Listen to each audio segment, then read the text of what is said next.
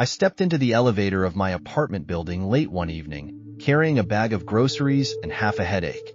The doors slid shut with a metallic groan, and the dim light flickered, casting eerie shadows along the walls. I hit the button for my floor, the 12th, but the elevator didn't move right away. Instead, there was a soft, mechanical whir, and the buttons began to light up at random one after the other. The elevator jolted suddenly, the lights shutting off completely for a moment, leaving me in darkness. My heart raced as the faint hum of movement began, but it wasn't going up or down, it felt sideways. When the lights flickered back on, I was staring at the buttons, and they were all blank. No numbers, no words, just smooth, metallic ovals where the labels used to be. I pressed the emergency button, my hand trembling, but there was no sound. Just an oppressive silence, broken only by the unsettling, muffled creaks of the moving elevator.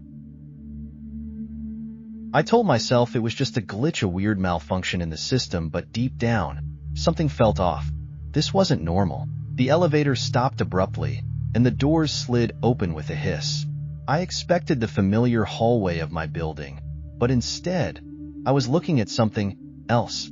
The air was cold, unnaturally so, and in front of me stretched a long, dimly lit corridor with walls that looked ancient, cracked concrete streaked with rust-colored stains. I hesitated, not wanting to step out, but the elevator doors didn't close again. They stayed open, as if waiting for me to decide.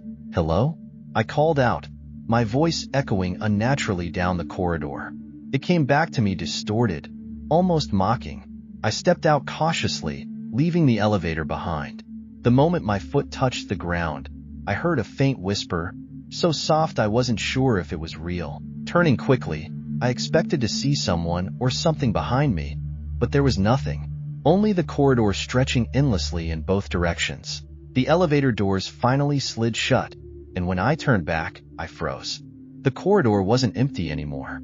A single door stood at the far end, illuminated by a flickering light bulb. The door wasn't there a second ago. I wanted to go back to the elevator, but it was gone now, replaced by a blank wall of crumbling concrete. Panic surged through me as I realized I had no choice but to walk down the corridor toward the door. Each step echoed unnervingly, as if the sound didn't belong to me. The closer I got to the door, the more I noticed something strange about the light above it. It wasn't flickering, it was pulsing, like a heartbeat. I reached out to the door, hesitating as my fingers brushed against the cold metal handle.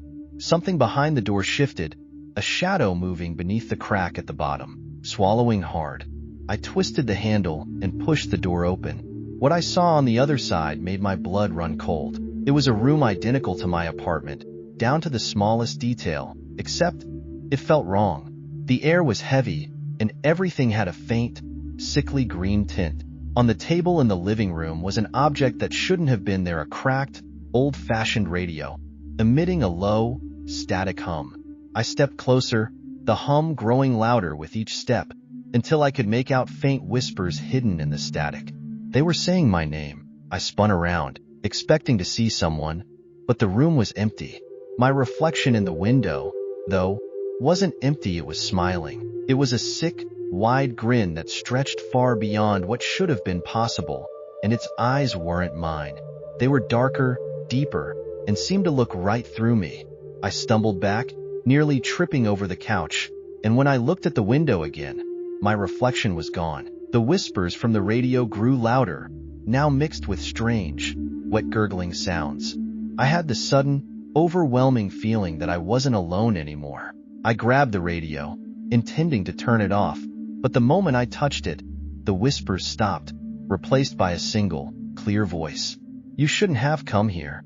My heart pounded as the lights in the room dimmed, and the walls seemed to close in around me. The voice on the radio spoke again, quieter this time. "It's watching you." The temperature in the room dropped suddenly, my breath visible in the air. I turned around and saw a figure standing in the corner, its face obscured by shadows.